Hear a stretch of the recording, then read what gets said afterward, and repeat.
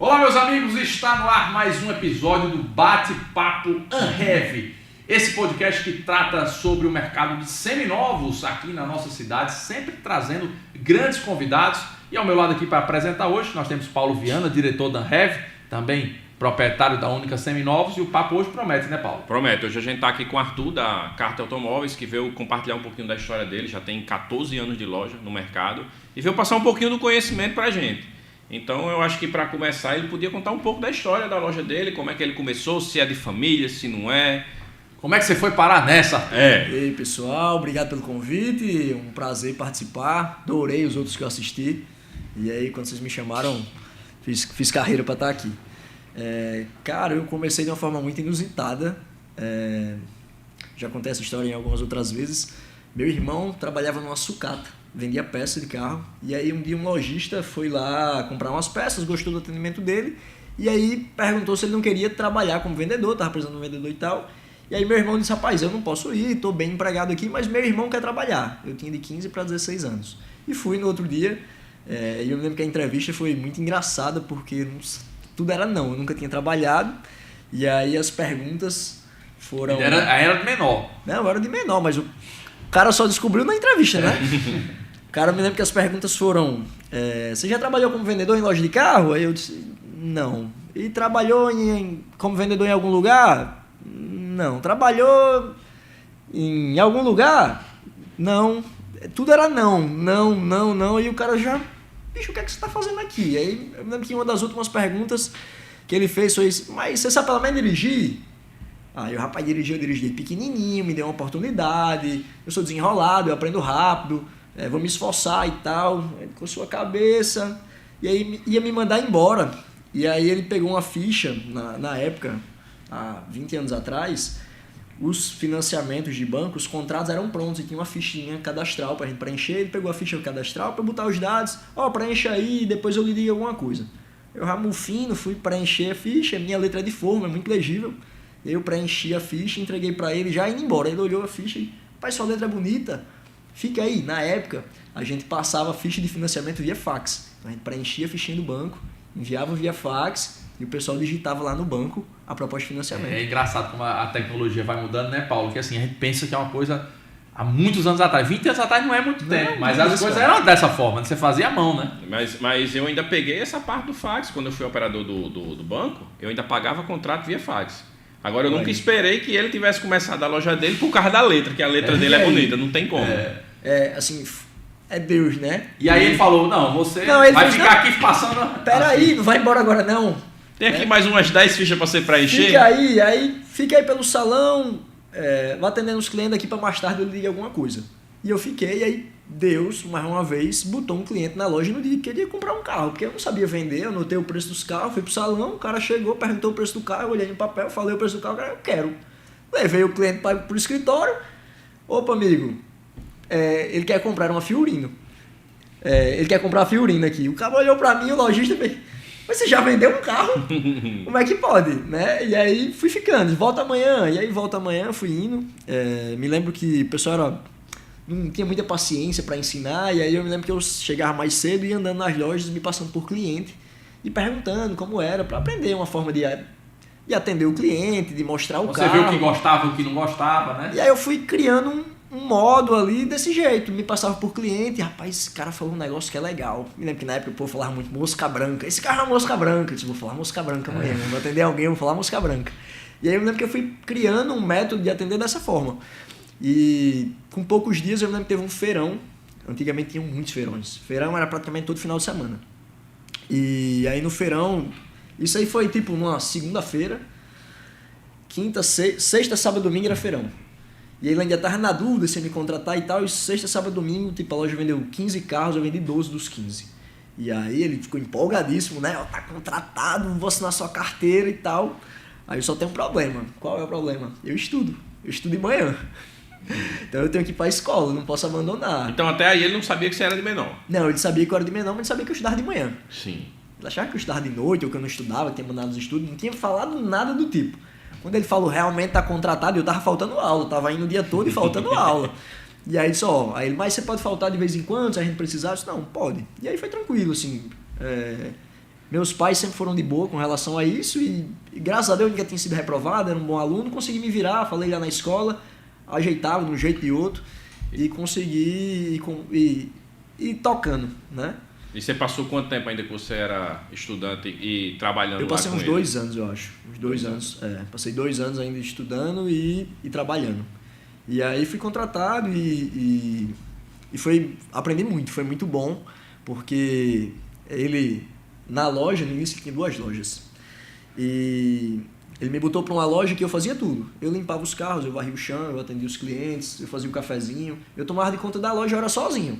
Ou seja, você sabe como é que funciona hoje a loja de ponta a ponta, o que tem que se fazer, né? Eu costumo dizer isso para os meus funcionários, quando eu vou contratar, essa função que você vai fazer, eu já fiz. Então, se não vem da migué, eu sei exatamente tudo que precisa ser feito. Então, eu fazia função de secretária, eu fazia vistoria nos carros, antigamente a gente tirava um decalque no chassi e tal. Eu fazia vistoria, eu lavava o banheiro, eu fazia tudo que precisava. Então, toda vez que eu contrato alguém, e quando eu vou cobrar, eu digo muito isso, se eu estou me cobrando isso é porque eu já fiz e sei que dá certo. Então não vem me dizer que não dá, porque eu sei que dá, porque eu já fiz. Então me ajudou muito a aprender, né? E aí passei um bom tempo lá, depois fui para uma outra loja, recebi uma proposta melhor, fui para outra loja. Dessa segunda loja eu pedi demissão para abrir minha. Então foi... E o que é que virou a chave na sua cabeça que você saiu de lá para abrir a sua loja? Cara, eu já desde moleque sempre gostei de empreender. Então... tinham alguns negócios que eu já fazia sozinho. E eu estava levando muito negócio para a loja que era meu, que eram pessoas que eram meus clientes. E eu preciso ter um pouco mais de autonomia e eu quero ter o meu negócio. Quando eu abri a Carta Automóveis, a Carta Automóveis tinha um carro. Então, pessoal, eu falava, minha esposa brinca muito com isso, que quando a gente se conheceu, eu tinha acabado de abrir a loja. E aí eu falava, eu sou comerciante. E ela, ele não queria dizer que tinha uma loja de carro com medo de eu querer dar um golpe do baú. Mas eu ia dizer que era uma loja que tinha um carro. Eu tinha vergonha de dizer na época que tinha uma loja de carro, tinha um carro. Pra não pensar que eu tava me achando, querendo dizer que era empresário, tinha uma loja de carro, tinha um carrinho. Eu queria tentar. Cara, eu vou tentar fazer os meus negócios. Eu vendia muito carro zero na época, muita gente me procurava para comprar carro zero, a gente conseguia vender de concessionário. E aí eu vendia para a loja onde eu estava, eu ganhava comissão, mesmo o cliente sendo meu, mesmo eu tendo o carro, eu conseguindo o carro, eu ganhava comissão do mesmo jeito. Aí eu comecei a fazer as contas, cara, se eu abrir minha loja, acho que eu consigo me manter se eu vender essa mesma quantidade de carros de clientes meus. E aí fui tentando, deu certo. Eu pedi demissão no dia 1º de dezembro de 2011, no início de 2012 eu abri a loja. E graças a Deus tem dado certo até hoje. Aí, Arthur, você abriu aqui primeiramente no Alecrim, não é isso? Isso. Como é que foi essa escolha do ponto, que a gente estava até falando isso antes de entrar no ar, Paulo, que antes o ponto era muito decisivo, né? Não que não seja importante, lógico que é bom você ter um ponto legal, um ponto de passagem, um ponto onde as pessoas circulam, é interessante, mas hoje com a questão da internet, né, o ponto se tornou menos importante, vamos assim dizer, né? Quer dizer, o camarada já faz a pesquisa ali, web, ele já vai para basicamente fechar, bater o martelo ou não, né? Tem muito mais gente no digital hoje do que realmente na loja. O cliente hoje ele só vai para fechar o negócio, finalizar mesmo, ver o carro, pagar. Mas naquele tempo, Arthur, aquele tempo que não faz muito tempo, quando você começou, o ponto fazia diferença. Então, o Alecrim era o point, né? Que o pessoal ia para comprar seminovo, era no Alecrim, não é isso? Fazia muita diferença, né? Eu digo que existiam alguns polos, né? O Alecrim era um polo de compra de carro no estado todo, então as pessoas costumavam ir deixar um carro na esquina e ir andando em todas as lojas, era uma espécie de feirão, de shopping, né? Então as pessoas paravam o carro e iam pesquisando. E eu entendi naquela época que eu tinha que colocar minha loja num lugar que como eu não tinha cliente, tinha pouquíssimos, eu tinha que aproveitar o cliente dos outros. Então eu vou colocar minha loja num lugar estrategicamente que as pessoas vão vir olhar o carro de outras lojas e vão acabar vendo os meus. Então, a escolha do ponto foi muito nessa intenção. E aí eu abri minha loja perto de onde eu trabalhava. Até nisso eu pensei, se a pessoa for me procurar lá e eu não tiver, pode ser que eles digam que eu estou aqui, né? Então, pode ser que eu consiga angariar alguns clientes.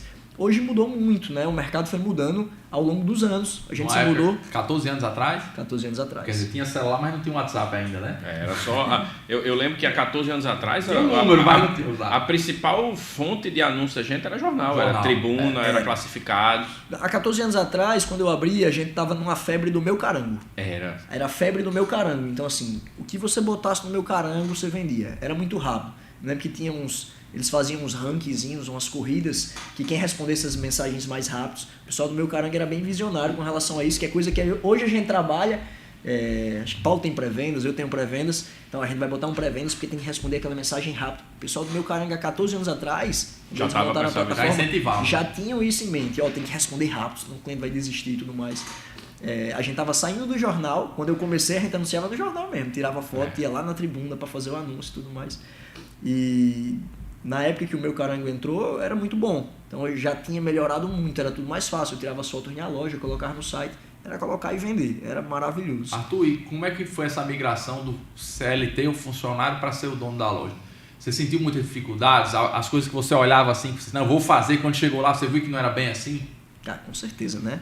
Tem muita coisa... e aquele papo, né? O dono não trabalha. Isso aí é a coisa mais fajuta que existe, é a afirmação mais fajuta, quem mais trabalha é o dono, cara. Tudo aquilo que eu tinha vivenciado como funcionário, eu fui vivenciar como dono. A minha sorte é aquilo que a gente estava comentando, como eu limpava os carros, como eu faxinava. No começo, meu amigo, tudo é muito difícil, eu não tinha dinheiro, eu comecei a loja com um carro, então eu era o faxineiro, eu era o zelador, Fazia absolutamente tudo, e sim, foi muito bom que eu aprendi. Como eu aprendi, quando eu precisei fazer, eu sabia fazer e eu fazia tudo, tomava de conta da loja completa, eu era o vendedor, eu era o secretário, eu era tudo. Então, assim, a gente sofre um bocado, mas é muito gratificante. Você vê o negócio começando a crescer, a gente começou com um carrinho, daqui a pouco tinha 2, as coisas estão melhorando, já dobrei de tamanho, né? Então, as coisas, quando vão acontecendo, a gente fica muito orgulhoso de tudo, ver aquilo tudo acontecendo. Então, o sonho de ser dono do negócio já existia desde moleque, eu sempre quis empreender, sempre inventei as coisas para fazer, então aquilo já existia, aquele sentimento, estava só tentando botar para fora e deu certo. E é difícil, Arthur, começar, a gente vê muita gente que espera ter uma boa condição para começar uma loja, né, Paulo? Não, vou pegar um dinheiro, se eu tivesse... E você, pelo que a gente está ouvindo aqui hoje, você começou, não tinha condição nenhuma. Você pegou ali um carro... Na cara e na coragem. Na cara e na coragem. Quer dizer, não tem que esperar o momento perfeito, né, Arthur? Tem que ir para cima, né? Tem algumas pessoas que dizem muito isso, né? Feito é melhor do que perfeito. Né? Então, eu precisava fazer. Chegou no momento, cara, eu tenho que abrir meu negócio e vai ser na tora, vai ser do jeito que der. Eu abri com um carro, tinha um computador, tirei a televisão do meu quarto, botei lá no escritório para poder receber o pessoal bem, arranquei o ar-condicionado do meu quarto, botei no escritório. Assim, as coisas que dava, certo, né? aqui. Montei um escritório, eu mesmo montei os móveis, comprei os móveis na internet, eu mesmo montei. E eu acho que o que fazia muita diferença, ainda faz até hoje, é esse tete a tete, é conversar, é você ser correto, é ser honesto, é explicar direitinho, é falar do carro exatamente como o carro é. O carro é usado, ele tem uma história, conta a história para o cliente, mas fala a verdade, né? Tem muita gente que omite, esconde. Então a gente sempre tentou trabalhar com transparência. Eu tenho clientes que me compram desde a época que eu era vendedor. Tem clientes que eu já vendi mais de 20 carros que me compram desde essa época, porque das vezes que ele chegava na loja, que ele olhava um carro, eu dizia, rapaz, não compre não, esse carro não dá certo não. Mas homem, porque está aqui para vender, porque a loja não é minha. O dia que tiver, não vai ter esse tipo de carro para vender. E o cara não comprava e agradecia, mas me diga um que preste. Eu apontava um carro lá, ele comprava e ficava satisfeito. E essas pessoas voltam para comprar comigo até hoje. E o mercado da gente é muito disso, é muito de confiança. Porque como você falou lá no início, a visão que os clientes têm é que geralmente nós somos desonestos, né? Só que o carro ele é uma máquina, ele pode dar problema e a função da gente é ajudar ele a resolver e dar a garantia e tentar fazer um crivo maior na compra para entregar um produto melhor. Mas nem sempre a gente também consegue acertar e às vezes o carro dá problema, não é culpa nossa, né? Mas essa questão da confiança é muito importante no mercado da gente hoje. Com certeza. Nosso mercado sempre foi taxado e é ainda muito prostituído, né? Tem melhorado muito. Essas iniciativas como a da Anhev, a gente reunir lojistas e ter essa parte da educação, de ensinar, mostrar o que é certo, o que é errado. Claro que a índole de algumas pessoas não vai se mudar nunca. Mas quando você está cercado de pessoas boas, às vezes os ruins correm. Eu vou nada para ir, rapaz. Os cabos são tudo certinho. E a profissionalização, ela afasta aquele cara que é bagunçado, né? Exatamente. E acaba que o mercado começa a enxergar em si, né? Os clientes começam a ver. Poxa, todo mundo faz isso de certa forma. Por que esse cara faz isso tudo errado? Não vou nesse cara, não. Então, o mercado, de certa forma, ele vai excluindo esse pessoal e eles acabam procurando outra coisa para fazer. Né? Isso é muito bom para o mercado. Essa iniciativa da Anhev, acho que o Paulinho estava com a gente no dia que a gente estava almoçando e a gente falou sobre isso. Sobre isso e foi aquele pontapé de dizer agora vai. Agora Vamos botar esse negócio para frente. E Arthur, e a gente falou desse primeiro momento seu lá na Alecrim, e aí agora a loja foi para Parnamirim, né, que é uma cidade que faz parte da Grande Natal, né, tem uma população também grande, é uma cidade com muito comércio, né, muito comércio, você anda na BR ali, é comércio para um lado, comércio para o outro. Enfim, como é que foi essa migração e por que você foi para Parnamirim? E apesar do pouco tempo, eu queria saber se valeu a pena até agora. Cara, vamos lá. São algumas coisas, né? Primeiro, a realização de um sonho. Eu tinha o sonho de ter meu prédio próprio, né? E no Alecrim era muito difícil e tudo mais. Como você mesmo mencionou há pouco tempo, essa parte da digitalização ajudou muito. Hoje em dia não tem mais essa questão da localização. Como a gente atende muitos clientes online, eles perguntam onde é a loja. Se ele pergunta onde é a loja, ele vai onde quer que a loja esteja. Eu comecei a ter essa percepção. Quando a gente falava com o cliente, que ele dizia, me manda a localização da loja, não fazia diferença se a loja era no Alecrim, no shopping, em Parnamirim. Se ele estava pedindo o endereço, ele ia onde quer que aquela loja fosse, né? Quer dizer, a compra ela é digital, né? Basicamente ele vai à loja para ver se aquilo está batendo, é isso? Hoje em dia Hoje em dia a maior parte das nossas vendas são online. A gente tem, graças a Deus, uma carteira de cliente muito boa que a gente conseguiu construir ao longo desses anos. Mas a maior parte das nossas vendas é digital, é online. As pessoas vão ver o carro na hora de realmente buscar. Ele já faz simulação, já aprova a proposta de financiamento, ele vai quando está tudo certo. Ele já viu o vídeo do carro de várias partes, ele vai para fazer um test drive e levar o carro. As pessoas já vão certas. Então, a gente não sentiu tanto essa mudança por conta disso. Eu tinha o sonho de ter meu prédio próprio, e aí eu comprei uma casinha, derrubei, fui construindo para poder sair do aluguel e ir para o nosso prédio próprio, para fazer as coisas como a gente queria. A gente estava conversando agora há pouco, a gente fez um estúdio lá para fazer foto dos carros. Então era algo que no meu prédio alugado, no prédio que a gente estava, no Alecrim, a gente não conseguia fazer isso. Então eu sentia muito essa necessidade, essa vontade. E aí eu disse, não, vou fazer do meu jeitinho aqui, e a gente foi fazendo. E aí, graças a Deus, eu estou muito satisfeito. Estou lá 6 meses, meus clientes não deixaram de ir, eles continuam indo para a loja, continuam comprando com a gente. Os clientes que já eram da carteira, não é essas distâncias todas. Sim, é pertinho. Parnamirim já está tudo conurbado, é uma coisa só, é a Grande Natal, é muito pertinho. E a gente está muito feliz, assim, eu realizei um sonho de poder dizer que estou na minha casa própria, né? E fazer as coisas do jeito que a gente queria. Espacinho para tirar as fotos, o escritório junto, fazer uns banheirinhos organizados. A gente tinha muita vontade de fazer uma loja legal e graças a Deus a gente conseguiu realizar. É um investimento, você falou que foi quase um ano, não é isso? De construção, foi mais de um ano. Quer dizer, é um investimento que fazer às vezes no imóvel do outro talvez não fazia sentido. Né? A gente acaba fazendo, porque muitas vezes tem necessidade, não vai ser do mesmo tamanho, mas por exemplo, eu me lembro que quando eu aluguei esse prédio, o último que eu estava, né? Eu gastei mais de 100 mil reais para poder organizá-lo, deixar do jeito que você queria. Deixar do jeito que eu queria, e não ficou exatamente do jeito que eu queria. Eu queria botar um piso, eu queria fazer outras coisas, mas que não adiantava eu fazer, que eu não ia ter aquele retorno, né? E aí a gente acabou realizando o nosso. Muita gente diz, Arthur, é um investimento sem futuro, é melhor se alugar, vai empregar o dinheiro, vai deixar o dinheiro imobilizado.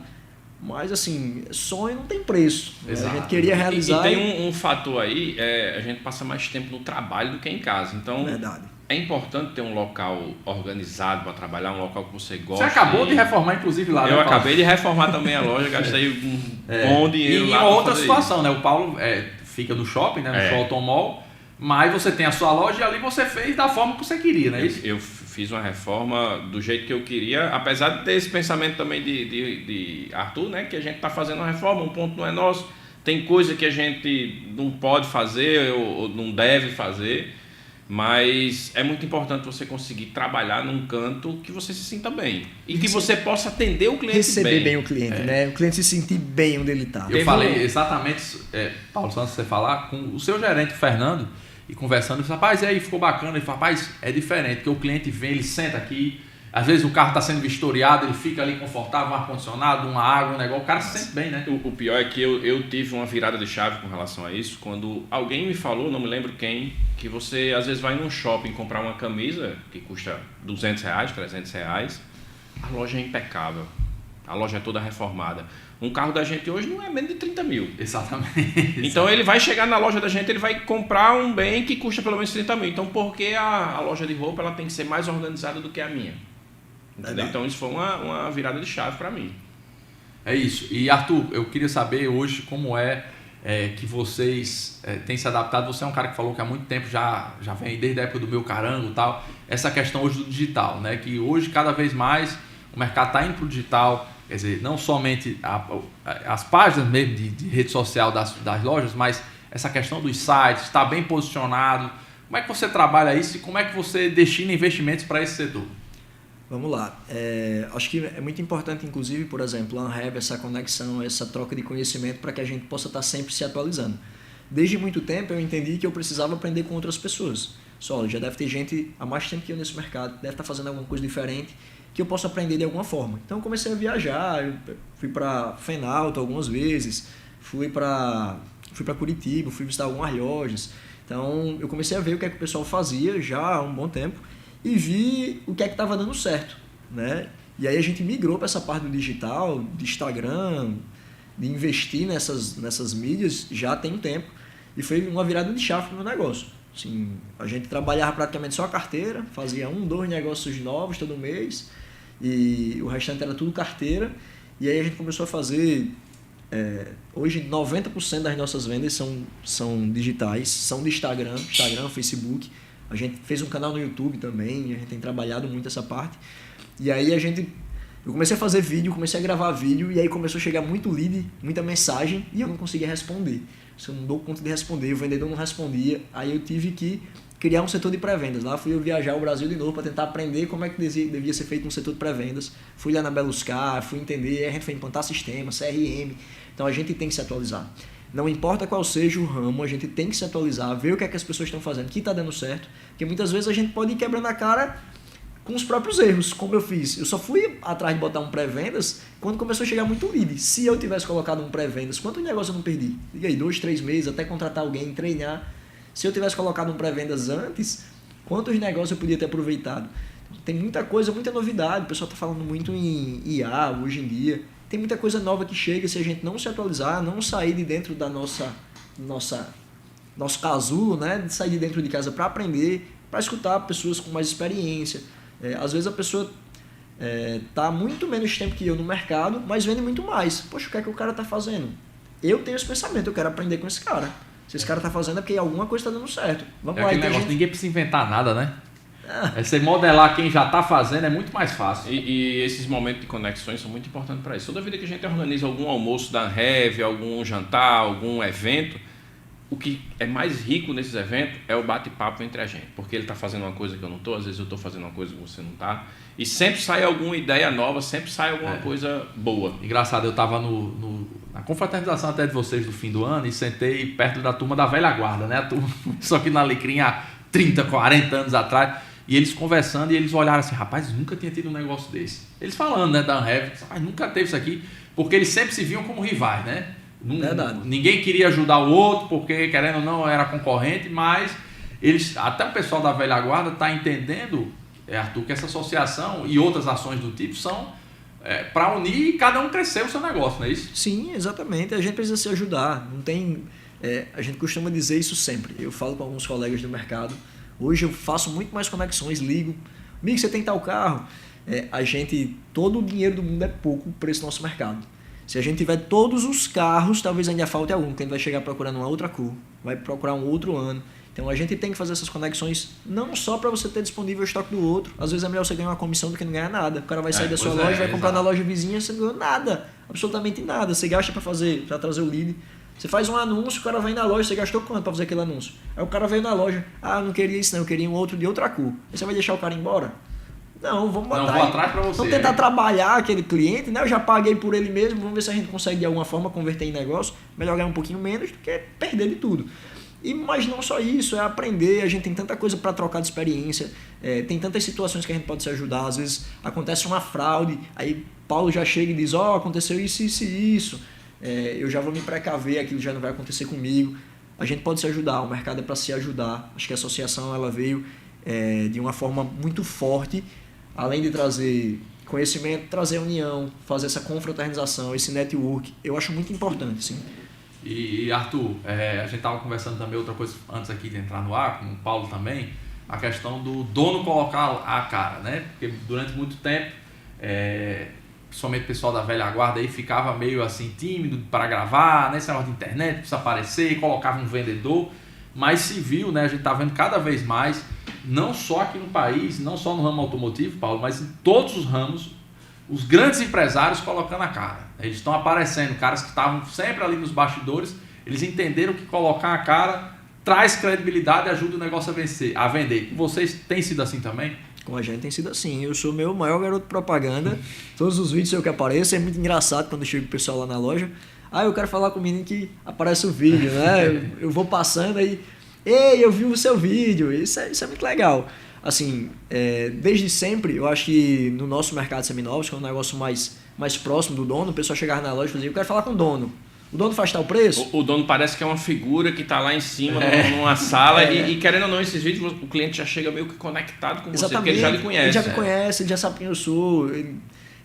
Isso já existia, né? Eu quero falar com o dono. Eu achava que o dono era muito distante. Quando ele vê o vídeo, aquilo já aproxima, né? Ele já chega me chamando pelo nome. Cadê Arthur? Tá aí? Arthur, eu vi seu vídeo, eu queria comprar esse carro, veja um preço melhor para mim, vamos ajeitar. Assim, eu acho assim também que a confiança que passa, se o dono tá botando a cara ali, ele não vai querer se esconder, porque acontece muito, já aconteceu e ainda acontece. Quando a loja faz um negócio errado ou gosta de trabalhar de forma errada, o dono não aparece. Ou às vezes acontece, como vocês falaram, é um carro seminovo, né? Às vezes é um carro que tá ali com 10, 15 mil quilômetros e ele dá um problema, acontece. O carro zero dá problema. O carro zero dá problema, então assim, na hora que o dono aparece, eu penso que a pessoa diz, não, eu sei que se acontecer um problema, eu conheço ele, eu sei o nome, eu sei onde ele tá. Né? Ele não vai se esconder, né? Exato. Tem muito disso também, parte muito disso, pelo menos a minha intenção de botar meu rosto no negócio, só eu tô aqui, você vai me encontrar, você sabe quem eu sou, não vou me esconder, né? Tô aqui para resolver. Eu não sou um aventureiro que veio para brincar. Tá 14 anos no mercado, não é à toa, né? É isso mesmo, a gente tá aqui e pode acontecer. Carro usado, infelizmente acontece, por mais que a gente revisa talvez como ninguém, eu costumo dizer isso. Eu tinha oficina própria, passei muitos anos com oficina porque eu gastava muito. Como eu me mudei para Parnamirim, eu tô reorganizando a minha estrutura, mas eu pretendo voltar. Eu ainda reviso, só que estou terceirizando tudo e gasto um absurdo. Mas eu tinha dentro da minha loja, tinha 2 mecânicos só para fazer a revisão dos meus carros. Então todos os nossos carros saem realmente revisados, a gente troca óleo de tudo, correia de tudo, a gente olha suspensão, freios. Apareço nos vídeos, um dia desse eu vendi a um cliente que era até amigo nosso de infância, e o cara fez, eu só comprei o carro porque no vídeo você disse que inspecionou 200 itens antes de vender o carro. Inspecionou mesmo, esse rapaz tá aqui, checklist, ó, ele inspecionou mais 200 itens.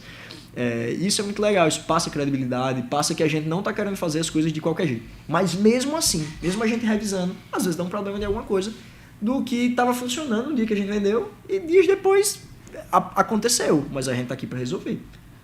E como encarar, Paulo, também essa questão hoje do cenário nacional, né? Esse ano é um ano que tem eleição, tem Copa do Mundo, né? A taxa de juros ela continua extremamente alta. Muitos feriados. É incrível. E hoje, inclusive, a gente estava falando sobre isso, né, Paulo? Novo imposto. Todo dia tem um negócio do imposto novo.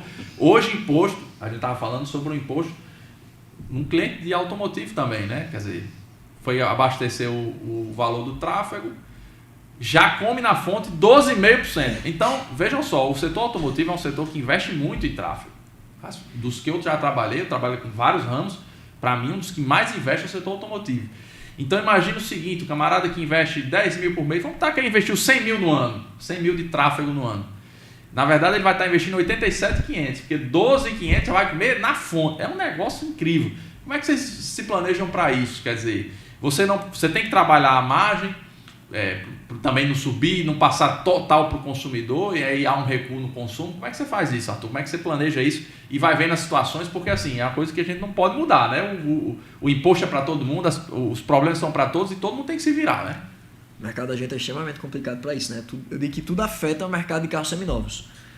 Acontece alguma coisa, inflação pipoca, o preço do carro novo sobe, o do usado impacta. Mas vocês vão ganhar mais. Não necessariamente, amigo, vou ter que comprar mais caro. Meu lucro vai ser o mesmo, às vezes é menor. Tudo afeta. A taxa de juros subiu, a guerra não sei aonde afeta, o preço da gasolina subiu, povo, não vou comprar carro amanhã. Tudo afeta o mercado de seminovos, né? A questão tributária afeta demais. Absolutamente tudo afeta o nosso mercado. A gente tem que, muitas vezes, ter muito cuidado, porque eu costumo dizer que o segredo do nosso mercado não é na venda, é na compra. Então a gente tem que se organizar para tentar comprar melhor. Essas situações têm que ser passadas para, na hora que a gente for comprar, explicar, eu não consigo pagar X por conta disso. Tem que tomar muito cuidado na compra. Porque o nosso mercado não tem valor de compra, não é tabelada a compra. A gente vai tentar negociar na hora da compra. Agora, a venda quase sempre é tabelada. Eu não tenho como pedir muito mais do que o carro, os outros estão anunciados, porque senão ninguém vai olhar meu carro. Tem um preço de mercado, né? Tem um preço de mercado, vamos lá. Se o carro é 100 mil, você está vendendo por 120, vai ter dificuldade. Vai ter muita dificuldade em vender, talvez nem vá vender. Né? Então a gente tem que ter muito cuidado justamente na compra, a gente vai ter que se readequar na compra para poder colocar todas essas despesas que a gente vai ter. Eu estava conversando com um lojista, até foi lá no feirão, e ele disse que ele fica mais feliz quando ele compra um carro do que quando ele vende. Porque quando ele compra, ele sabe por quanto ele vai vender. Eu ouço de todo mundo do ramo de automotivo. A dificuldade nossa é a compra, né? E uma coisa que Arthur falou que faz muito sentido com relação a isso, é que nessa profissionalização do nosso ramo, digamos assim, as lojas vão se equiparando. E quem não está se profissionalizando termina que vai saindo do mercado. Porque, por exemplo, eu pago uma carga tributária igual a de Arthur. Mas você que tem uma loja na calçada do meio de rua, você não paga isso. Exato. Então você vai ter um preço muito mais competitivo, talvez, que a gente. Só que você não vai ter como entregar a garantia e a transparência que a gente entrega para o cliente. Muitas vezes a pessoa consegue pagar mais caro e vender mais barato. Às vezes o cliente chega pra gente, eu tenho uma proposta de X, a minha é 2.000 a menos. Você não cobre? Tá, mas o cara não vai pagar imposto. Você sabe dizer se o cara vai transferir o carro pro nome da loja dele? E se aparecer uma multa no seu nome? E a dor de cabeça? E é muito engraçado isso aí que Arthur falou, quando acontece de um amigo da gente, liga pra gente, queria comprar um carro tal, eu vi que você tem aí, mas eu achei um OLX aqui, um é 10 mil mais barato. Rapaz, mas você não vai ter a segurança. Quase 100% das vezes ele compra o do OLX. E aí pode esperar. 6 meses depois ele liga para você. Rapaz, lembra aquele carro que eu comprei? Estou precisando de uma ajuda sua para resolver uma bronca aqui. O cara não transferiu o carro, entrou uma multa. Isso acontece demais. Hoje uma multa de lei seca é 3.000 e quanto? 3.900 reais. Diga aí. Não, eu economizei R$2.000. Comprei essa semana eu deixei de vender um carro, um Corolla, conta de R$1.000. Cliente conhecido nosso, comprou outro, conta de R$1.000. Se subir uma multa da lei seca, diga o prejuízo desse cara. Diga aí, só uma multa. E tem um detalhe aí com essa questão da multa. Eu acho que foi em 2022, eu acho, que o Detran processou um lote de multa bem antigo. Eu não sei se você teve problema com isso. Tive, chegou muita multa. Subiu multa de 5 anos atrás. E às vezes o carro já tinha sido transacionado 2, 3 vezes. Quem é o pai da multa? A maioria das vezes a loja teve que arcar. A loja tem que resolver. Porque o cliente que comprou, ele não tem problema. Ele comprou o carro a mim, então a multa tem que ser paga. Mas o cliente que vendeu, a multa também não era dele. Era de, às vezes, uma terceira pessoa atrás. Aí voltou e voltou pro carro. Para quem tava com o carro. Voltou para a loja. Chegou lá, o pessoal vem na loja para cobrar. A gente paga. Agora, se a gente vai conseguir ser ressarcido de alguém, não vai. É muito difícil. A gente não vai incomodar o cara que a gente comprou também. O cara, meu irmão, essa multa foi de antes de eu comprar. Não sei nem quem é. Deixa pra lá. Eu quero fazer uma pergunta para os dois. Vocês são do giro rápido ou da margem maior? Para carro. Você gosta de eu acho que margem menor e giro mais rápido? Eu acho ou que a margem maior? Tem que ser um equilíbrio. Não dá para ser nenhum nem outro. Porque se a gente vender demais queimando, a gente tem dificuldade na compra e aí a gente não consegue. Porque muitas vezes a gente vende um carro hoje que talvez a gente não consiga comprar como a gente comprou ele antes. Então tem que ter um balanceamento nisso aí. Pelo menos lá na loja eu tento balancear. Paulinho falou bem demais. Que, assim, uma das maiores dificuldades que eu tenho hoje é de repor estoque. Assim, nossos carros, graças a Deus, eles se vendem. A gente tem um processinho montado, eles vão se vender. Às vezes demoram uns dias a mais, vai vender. Agora, comprar, a gente vende e não consegue repor. Então, se a gente abrir muito o preço, eu não vou conseguir repor estoque, vou ficar com dinheiro parado, vai ser pior. Então, tem que ter esse equilíbrio. Não adianta a gente pedir muito caro. Vou deixar minha margem bombada que aquele carro não vai vender, nem com pouco tempo, nem com muito tempo, ele não vai vender de jeito nenhum, talvez. E também não adianta a gente botar barato demais, vai vender rápido demais, não vou conseguir comprar outra coisa. Né? Então, foi muito bem colocado por Paulinho. E tem um detalhe, né? Qualquer coisa em carro é caro. Então, se a gente queimar a margem demais e der um problema no carro do cliente, às vezes a gente não vai ter... A operação não vai se pagar. Porque além do dinheiro investido, do seu custo de loja, você tem que ter um lucro. Senão a gente não consegue manter o negócio. Quando a gente vai fazer proposta de compra, a gente fala, tem um risco. O cliente, não, você vai vender esse carro, vai ganhar não sei quanto. Ele não entende que a gente vai gastar com imposto. A gente vai gastar para preparar. E quando vender, se der um problema, a gente tem que assumir a responsabilidade da garantia. E ainda tem o tempo do carro parado no estoque, a gente tem que contabilizar. E todo o custo de loja, né? Funcionário, imposto, energia. E muitas outras coisas. Então, tem o cara que está vendendo na casa dele não vai ter esse custo, né? E nem tem a responsabilidade. A gente vendeu um carro esses dias, deu um problema num módulo, não sei de que, foi R$3.000. Aí, tem que pagar. Tem que pagar. O cliente quer o carro resolvido. Dá um problema no ar-condicionado, tem que resolver. Sim. Não tem como você se omitir. E essa é a grande diferença de você comprar um carro de particular, porque assim, segundo o Código de Defesa do Consumidor, mesmo a compra em particular, ele tem que dar garantia, né? Só que uma coisa que eu aprendi é que não existe bom pagador sem dinheiro. Como é que você, às vezes, comprou um carro aqui de particular, o carro bateu o motor, vai gastar lá 10 mil no carro. Se o cara não tiver, ele não vai ter como pagar. E a gente tem que ter, a gente não tem essa opção de não ter, a gente tem que resolver. Tem que resolver. E como é que vocês estão em 2026, Arthur? A Kart está no mercado de elétricos. Para vocês, está bom, está ruim? Muita gente diz que carro elétrico é difícil de vender, que o pessoal não quer, o seminovo. Como é que está funcionando isso? Cara, hoje para mim tem sido um dos carros que eu tenho mais giro no meu estoque, são carros elétricos e híbridos. Assim, no começo o mercado foi muito receoso, o pessoal tinha medo, a gente conseguia comprar com uma margem absurda. Hoje, amiga, a margem é menor do que num carro popular. Se não for igual, o carro de 100 mil a gente tem às vezes 5% de margem. Porque está girando rápido. Porque está girando rápido. Assim, não tem problema em vender. Tá? A gente está tendo um giro muito bom. Eu acredito que, na minha opinião, é uma realidade já no mercado. Não tem mais como voltar atrás. Eu vou ver. Não, já aconteceu, cara. Não tem mais o que fazer, não. O mercado vai se adequar talvez com relação a preços ainda de alguma coisa, mas carro elétrico, eletrificado é uma realidade. Na minha casa, hoje eu uso um carro híbrido e assim, a gente é extremamente satisfeito. Eu sou, como é que eu posso dizer? Eu faço propaganda positiva, eu falo bem. Eu mudei a minha cabeça também, eu tinha também um pé atrás, antes com carro elétrico, mas não tem, o mercado, saiu um ranking agora recente, a BYD, eu acho que ela ficou em terceiro lugar como montadora, ficou na frente da Toyota, a Toyota ficou em quarto, em emplacamentos no ano, então não tem como voltar atrás. Como o Arthur falou, os carros estão girando bem, principalmente ali os mais baratos.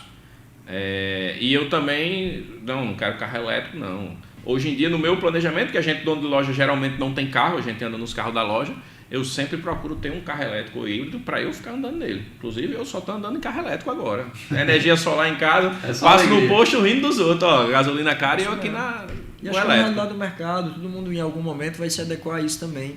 Acho que os preços vão se popularizar ainda.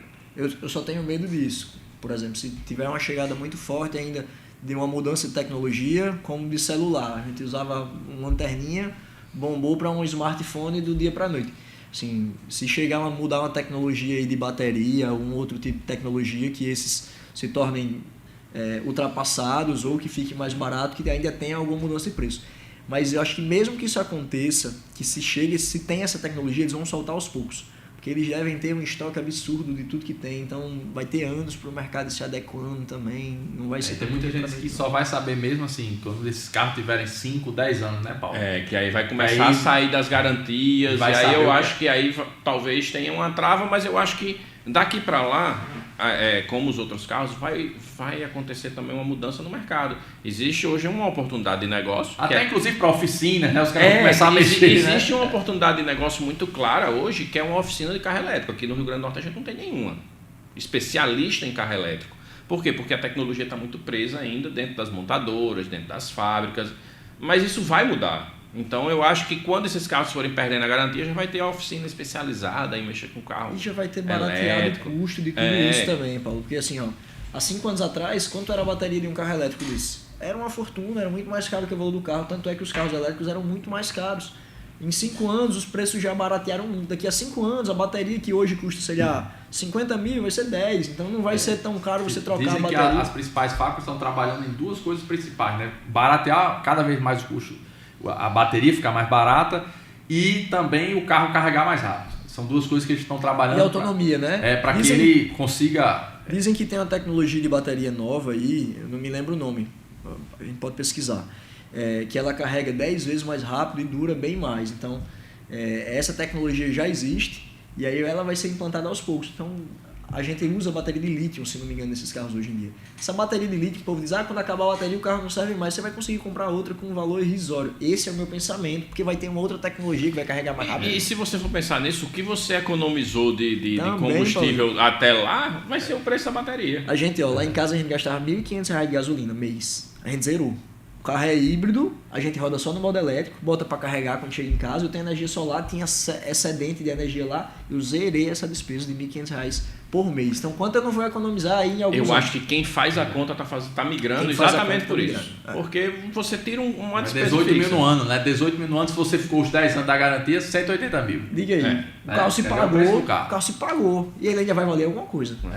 E para fechar, Arthur, qual é o queridinho ainda? Existe o queridinho ou não? O mercado aqui é dinâmico? Aqui no estado, na cidade, na Grande Natal, que você hoje tem uma atuação Parnamirim, mas também em Natal e outras cidades. Qual é o queridinho do natalense ou do norte-rio-grandense?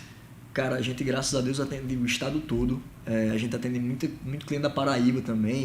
Interior do estado, a gente, graças a Deus, é muito forte. Cara, uma pergunta difícil. Aquele carro que chega e você sabe que vai vender rápido. A gente vende de tudo lá, né? Eu vendo do popular ao prêmio. Mas um dos que eu tenho mais vendido ultimamente é picape estrada. Picape estrada é um negócio impressionante, agora, cara. Paulo acabou de vender um, inclusive. Antes de entrar aqui, a gente estava falando isso. O carro utilitário realmente ele tem uma saída boa. Lá na loja é um SX, né? Claro. SX, tá lá é só SX que a gente vê, né? Mas tem alguma explicação para esse tipo de coisa? Do utilitário estar vendendo tão bem? Você acha que é para o campo? Por que está saindo tanto agora? Cara, vamos lá. Tem subido muito procura para carro utilitário com esse pessoal de entrega, de encomenda, né? Como se popularizou muito para essa parte, muita gente está comprando. Fiori em baú, a gente chegando e vendendo esses carros utilitários. Picape, o pessoal tem botado uma capota. Mesmo carro pequeno, mesmo a gente tem vendido para isso. Eu acredito que muito da procura do carro utilitário tenha sido por conta da entrada desse pessoal procurando esses carros. Aí cria-se uma escassez e aí acaba inflacionando o preço, procura. Quer dizer, a venda online de outros produtos gera o pessoal da entrega que gera a venda do carro. É aquilo que a gente estava dizendo. Tudo influencia no mercado de seminovos, para o bem ou para o mal. É interessante. O Álvaro conta, o presidente da Anhev, da pandemia, né? Quer dizer, que as pessoas dentro de casa e o lazer, eu lembro que eu fazia isso, botava as crianças no carro, o lazer era andar de carro. Então muita gente trocou de carro e também o pensamento de que, pô, tem tanta gente morrendo, eu vou morrer, vai ficar aí, não, vou comprar um carro. E o mercado de carros, incrivelmente, cresceu na pandemia, né? Incrível, né? Teve um lojista, eu lembro que na pandemia, eu não lembro quem foi, mas eu lembro da história, que quando estourou a pandemia, ali mais ou menos em março, ele vendeu todos os carros do estoque dele. No desespero. No desespero. Eu não sei se você sabe dessa história.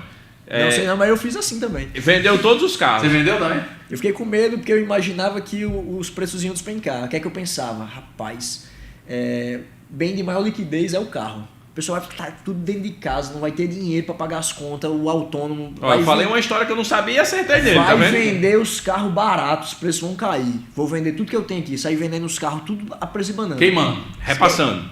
Queimei os carros, vendi mais barato. Não repassei não, mas vendi mais barato do que estava pedindo. E aí o que é que aconteceu? O carro subiu. E subiu, então, né? Esse lojista específico, ele tipo, vamos fazer um chute aqui. Vendeu os carros dele tudo por 1 milhão. Quando ele foi comprar, o 1 milhão que ele tinha não comprava os mesmos carros. Se você tinha 10 carros, você só conseguia comprar 6.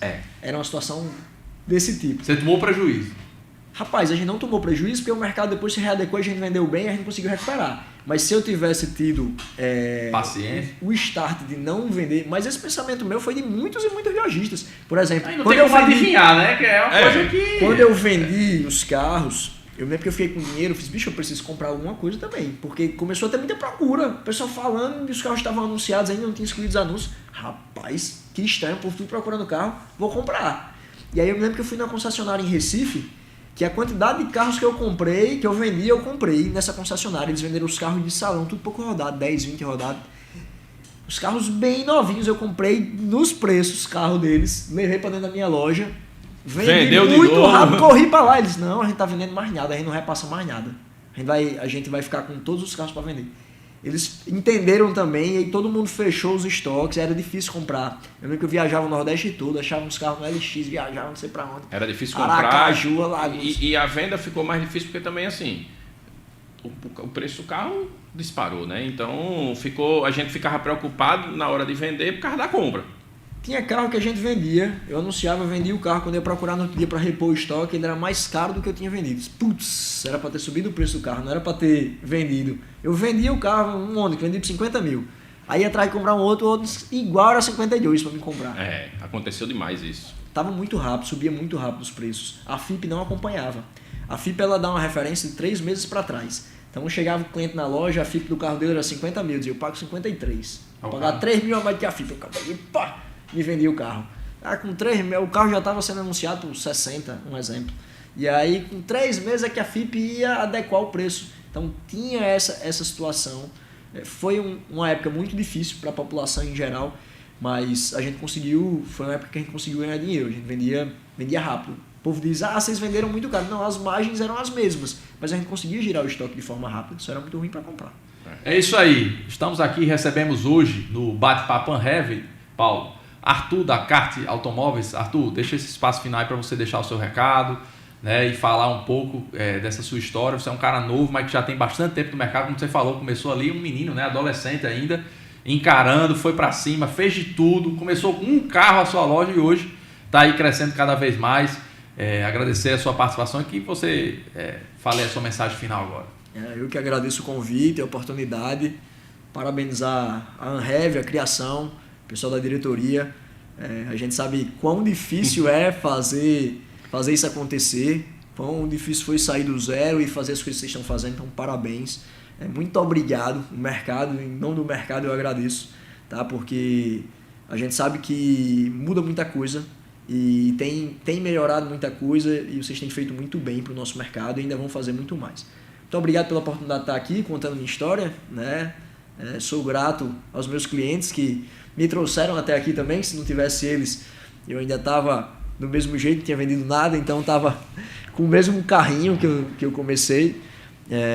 Sou muito grato a Deus por tudo, por ter ido me guiando pelo caminho do bem e ter me trazido até aqui, né? Espero encontrá-los em outros momentos, né? E a gente vai ter boas histórias para contar e tenho muito a aprender com vocês também. É isso aí, Paulo. Próxima semana a gente volta, né? Próxima semana estaremos aqui novamente com mais uma história inspiradora, como a de Arthur, que começou com 14, 15 anos e começou pela letra, né? Isso aí foi bacana. Começou porque tinha uma letra bonita. A gente nunca sabe por onde vai começar, só sabe que vai começar. É isso. Valeu, galera. Até mais, viu? Valeu. Valeu.